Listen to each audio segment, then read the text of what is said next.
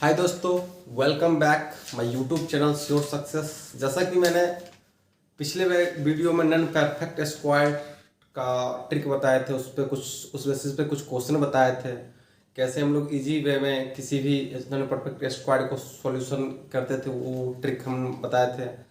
उसी तरह नेक्स्ट जो मेरा वीडियो लेक्चर है वो घन पे है, क्यूब पे है, क्यूब रूट पे है। जो कॉम्पिटिटिव एग्जाम में इस पे क्वेश्चन आते रहते हैं, वो भी हम ट्रिक के माध्यम से सॉल्व करेंगे कि क्यूब क्या होता है, घन क्या होता है।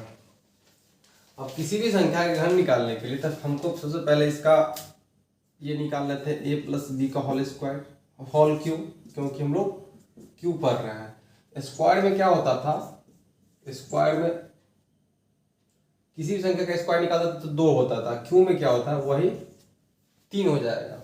अब अगर a प्लस बी का होल क्यों निकालते हैं अगर हम, इसका होता है a cube plus b cube plus 3ab into a plus b. इसको हम लोग ऐसे भी लिख सकते हैं, a cube plus b cube plus 3a square b plus 3ab square. नहीं तो हम BQ को यहां से हटा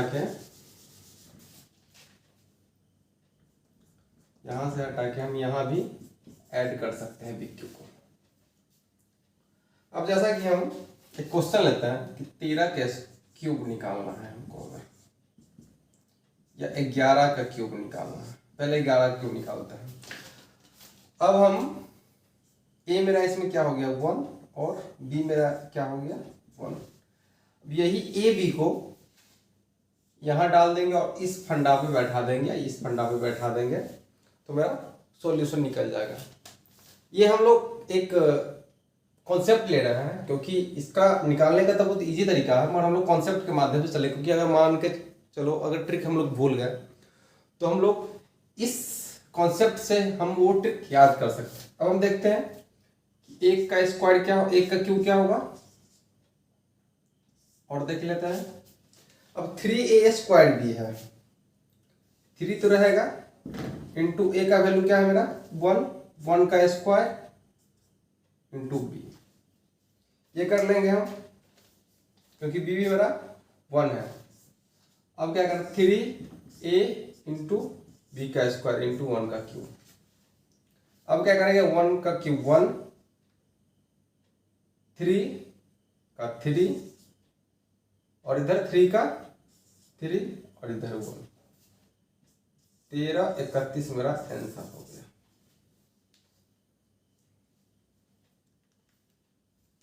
जैसे हम 11 का निकालना है, ठीक उसी प्रकार हम 13 का भी निकालते हैं कि 13 का क्यूब क्या होता है। इसमें a इक्वल टू क्या हो जाएगा 1 और b इक्वल टू 3। सेम फंडा अप्लाई करेंगे, 1 का क्यूब इंटू 3 इंटू 1 का स्क्वायर इंटू 3, क्योंकि b का वैल्यू यहां पे मेरा 3 है। जस्ट 3 इंटू 1 इंटू 3 का स्क्वायर इंटू 3 का क्यूब। देखो ये थोड़ा लेंदी प्रोसेस है, मगर मेरा बेसिक कॉन्सेप्ट यही है। यही फॉर्मूला से थोड़ा कॉन्सेप्ट याद रहेगा तो हम किसी भी चीज को निकाल सकते हैं। मगर हम लोग को इस कॉन्सेप्ट नहीं जाना, हम लोग को ट्रिक से जाना है।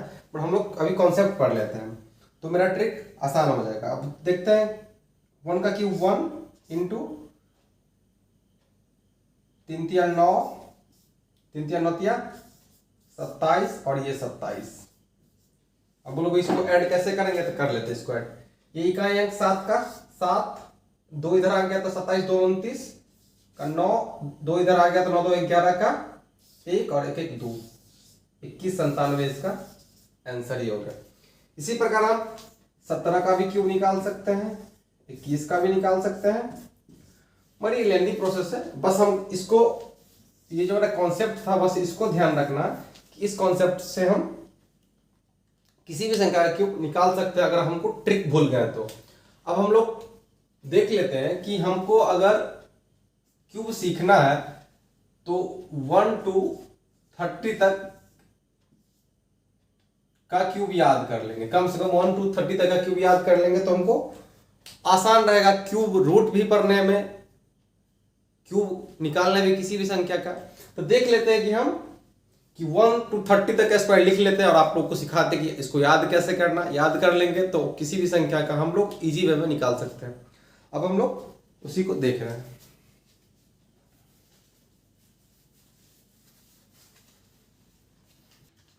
ये जो मेरा है 1 to 30 का क्यूब है।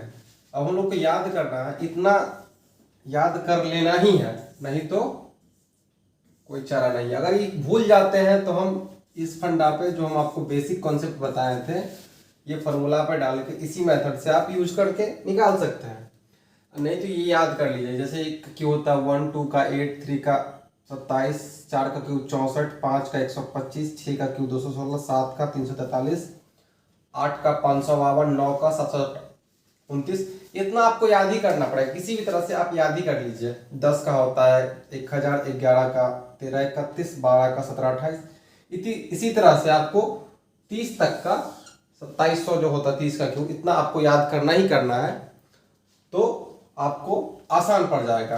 अब हम लोग क्यूब रूट पढ़ते हैं कि किसी भी संख्या जो रूट के अंदर रहती है, रूट के अंदर अगर x संख्या रहती है तो हम उसको कैसे फाइंड करते हैं, किस बेसिस मेथड से फाइंड करते हैं, वो भी हम लोग अभी ट्रिक के माध्यम से पढ़ेंगे और आसान बना देंगे किसी भी क्वेश्चन का।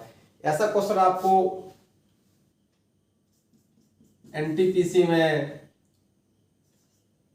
ग्रुप डी में, एमटीएस में पूछा जाता है कि कोई भी संख्या x के अंदर है, रूट क्यूब में है, तो उसको हम लोग कैसे फाइंड करते हैं क्यूब। ये कॉम्पिटिटिव एग्जाम में ऐसा क्वेश्चन पूछा जाता है, तो हम लोग देखते हैं। अब हम लोग क्यूब रूट पढ़ेंगे, क्यूब रूट कैसे फाइंड करते हैं। जैसे कि 10 का क्यूब होता है आपको 1000, अगर कोई संख्या रूट के अंदर है, मान के चलिए 10 की पावर -3, तो इसको क्या लिखेंगे 10 की पावर -6। वही अगर 10 के पावर -6 है तो इसको क्या लिखेंगे 10 के पावर -2। क्यूब मतलब 3, अगर 3 है तो पावर 1, 6 है तो पावर 2। इसी प्रकार अगर मेरा ये रहा, इसका वैल्यू क्या हो जाएगा 10। क्यूब के अंदर अगर 6 गो जीरो है, 3 3 6, 3 जीरो का 1 जीरो, तो 6 जीरो का 2 जीरो। ये कुछ मेरा बेसिक है जो आपको देखना है। अब हमको फाइंड करना है कि अगर ये रूट के अंदर कोई भी संख्या x है तो उसको हम कैसे फाइंड करेंगे।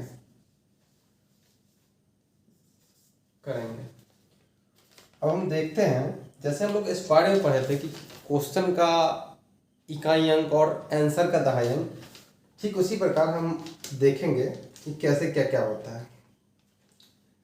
अब इसमें क्या होता है,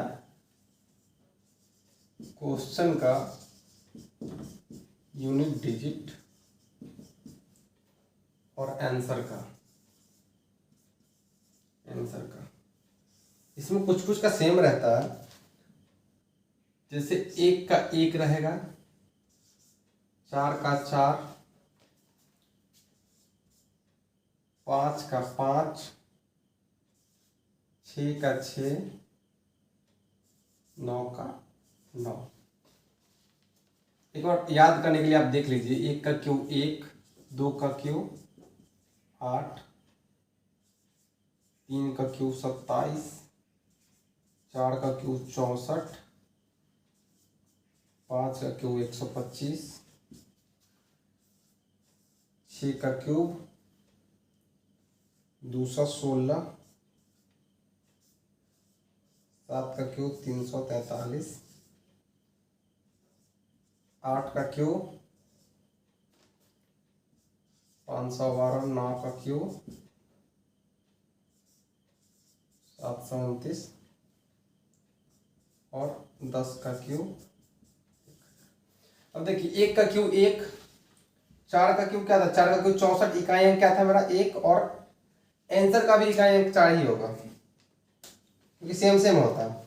और 5 का भी 5, 6 का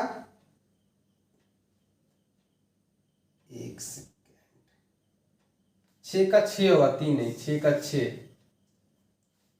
और 9 का 9, 9 का इकाई अंक 9। कुछ कुछ का सेम रहता है, जैसे ये 4 को सेम है और छूट कौन रहा, 1 4 5 6 7 हो गया। अब 2 8 3 7 छूट रहा है, तो क्वेश्चन और आंसर का इकाई अंक। अब हम देखते हैं कि 2 का कितना होता है 8, और 8 का 2 होगा, और 8 का कितना होगा 2, और 8 का 2 अल्टरनेट है। अगर 2 का इकाई अंक पे 8 होगा तो 8 के इकाई अंक पे 2 होगा। ठीक उसी प्रकार 3 के इकाई अंक पे 7 होगा, और 7 के इकाई अंक पे 3 होगा। यही मेरा फंडा है। अब हम देखते हैं कुछ क्वेश्चन, इसके आधार पर अब हम कुछ क्वेश्चन सॉल्व करेंगे कि इसके आधार पर हम क्वेश्चन सॉल्व कैसे करते हैं। अब एक क्वेश्चन लेते हैं, उसको फाइंड करते हैं। एक क्वेश्चन है, जैसे कि आप देख सकते हैं, क्वेश्चन जैसे कि मैंने लिया रूट के अंदर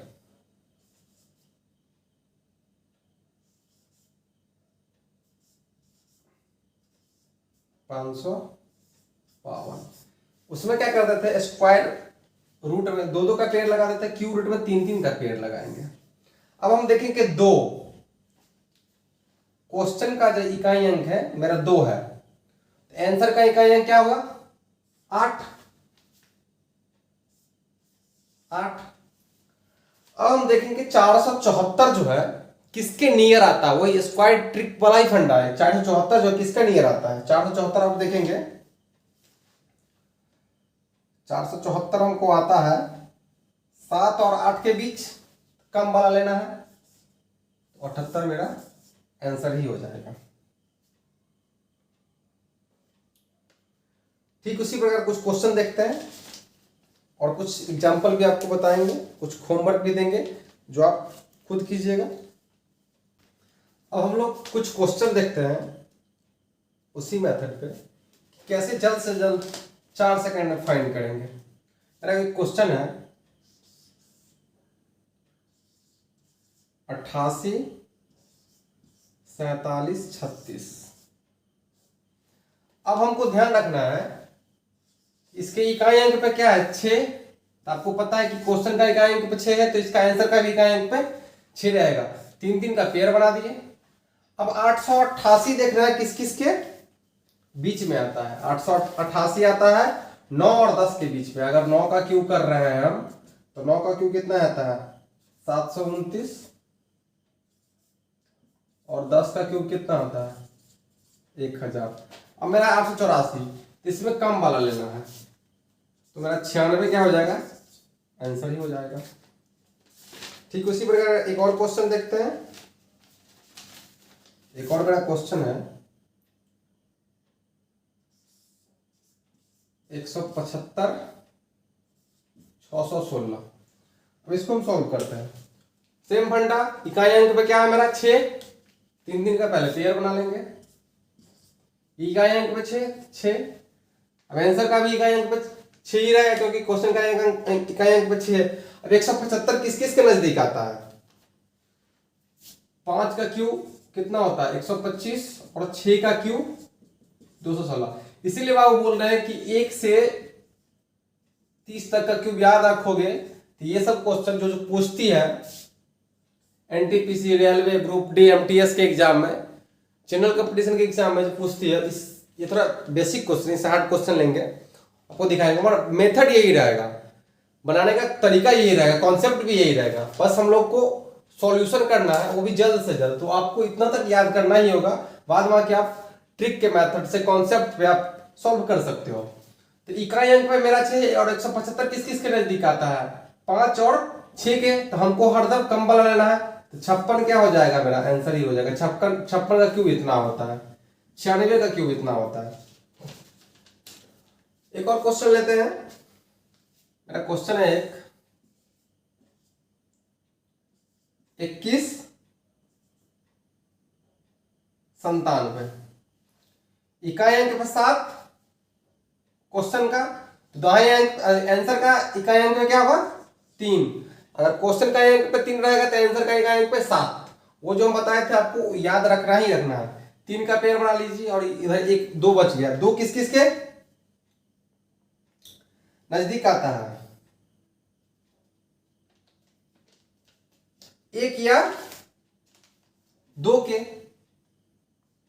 1 मेरा आंसर ही हो जाएगा 13।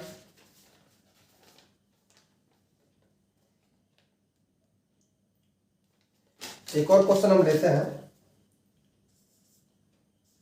ऐसा ही क्वेश्चन आपको बोर्ड में पूछा जाएगा, इस क्वेश्चन को थोड़ा ध्यान से देखिएगा।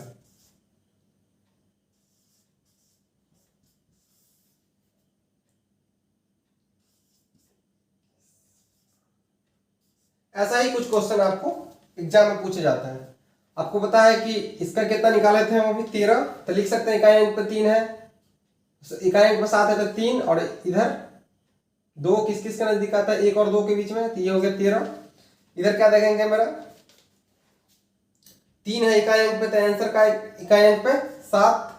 3 का पेड़ बना लेंगे, 2 किस किस के नजदीक आता है स्क्वायर में, 2 और 3 के, तो हमको कम वाला लेना है 27। 27 तो और ऐड कर दो 40, मेरा आंसर ही हो जाएगा। एक और क्वेश्चन हम देखते हैं।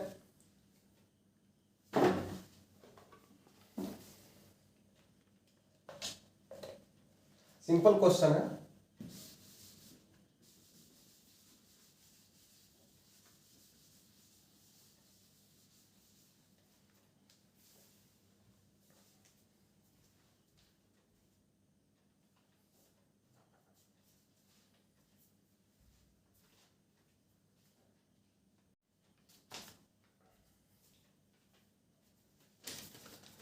एक जो हमारा क्वेश्चन है, अच्छा से देखिएगा।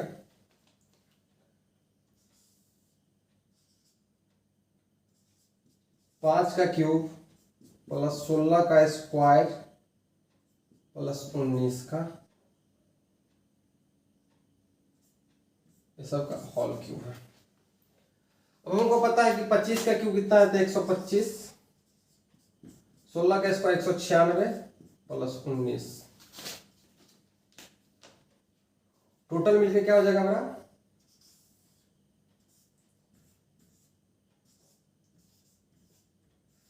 400 का क्यूब। 400 का क्यूब कितना निकालेंगे, 100 मेरा 000 मेरा आंसर ही हो जाएगा। तो यही फंडा है, आपको क्यूब रूट निकालेगा किसी भी संख्या का, हमको रूट के अंदर x प्लस x कैसी भी संख्या रहती है उसका क्यूब रूट निकालना रहेगा। तो सिंपल मेथड वही है। अगर सिंगल ऐसे इस टाइप का दे तो आपका इकाई अंक और दहाई अंक आंसर का और क्वेश्चन का अगर पता रहेगा तो आप सिंपल मेथड से इजी वे से कॉन्सेप्ट लगा के, नहीं तो आप ट्रिक लगा के सॉल्यूशन कर सकते हैं। कुछ इसी तरह का क्वेश्चन आपको ग्रुप डी एनटीपीसी रेलवे में पूछे जाते हैं। मेरे चैनल से जुड़े रहिए। आपको इसी तरह के ट्रिक हम और सारे लेक्चर में लेके आएंगे। आपको जितना सारी कठिनाइयाँ होती है, आप ट्रिक के माध्यम से सारा मैथ आप इजी कर सकते हैं। मगर मैथ को आसान नहीं समझिए। मैथ में जितना कॉन्सेप्ट आपको अच्छा रहेगा उतना ही अच्छा आप मैथ में स्कोर कर पाओगे।